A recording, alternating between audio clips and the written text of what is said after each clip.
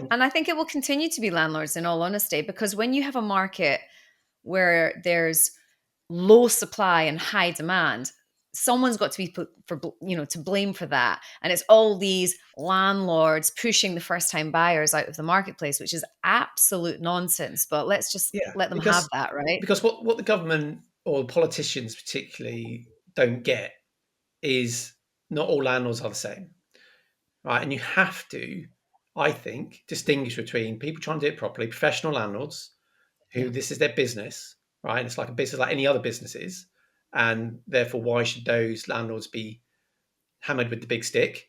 Because they're just creating a business, right?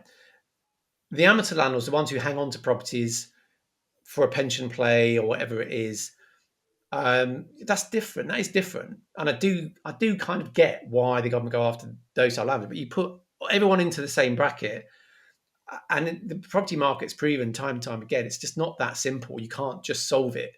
You can't solve the problem by these kind of blanket policies of, yeah, Yeah. well, let's just bring that. I think I did some research on this, right? And anyone that's ever tried to bring in rent controls, it's never worked.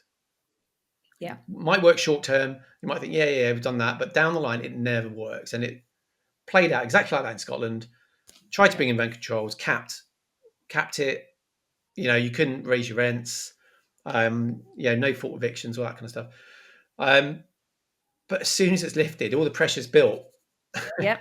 and then the pressure's there. They have to lift it because if all the landlords flee the market, Yeah. how are they housing people? Yeah. Because the professional landlords doing it properly are housing people in that market who are not buyers, Yeah. quite simply, and the pressure builds to such a point that you have to relieve it. You take the cap off, and what happens? Rents go up 30% in a matter of months, which is exactly what happened. Uh, I mean, I can't believe how high our rents have gone. And it felt like overnight.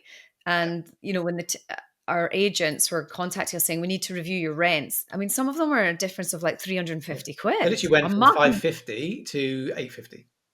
Yeah, I mean, I can't impose that on a tenant. Like morally, ethically, okay, business wise, that would be lovely, but it's just it's not Yeah. feasible.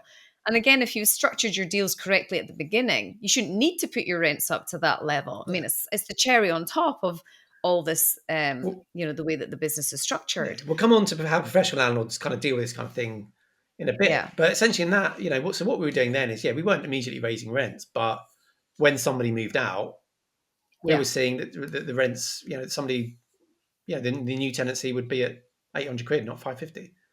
yeah, That yeah. that So was I mean, now the level of the market, and I don't think ever in history rents have gone backwards. no, So that's now the not in new the UK. reality.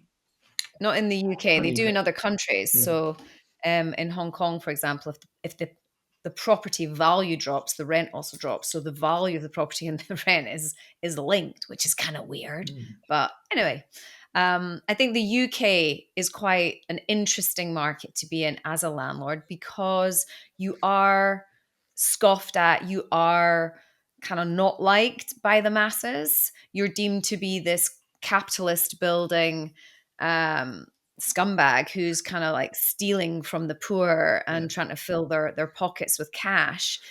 And I have to say, organizations like the BBC feed that.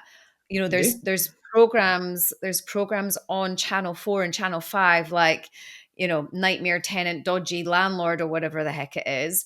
People feed off bad stories, negative news and bad news sells because 64% of human beings are more negatively driven than positively. So that whole frenzy of the baddies It's a and the great goodies. stat. Where'd you pull that stat from? Yeah, it's a stat. It's an actual An stat, actual Nicholas. stat. Right, okay. Yeah, I like how you're like trying to call me out on No, that. no, no. Just it's like a 64% great are stat. I love it. It's a great stat. negatively driven. And actually, what I love about the psychology of human beings is that we're far more driven by the fear of loss than the desire for gain, which That's backs up proven. the whole. Yeah, that is proven. So that backs up the whole negative thing. So you're feeding fear on fear. So why does bad news sell? Because people are like, yeah, I knew that would happen. Oh yeah, have you heard about that? And it just keeps the masses exactly where they are But right now, not questioning anything. yeah,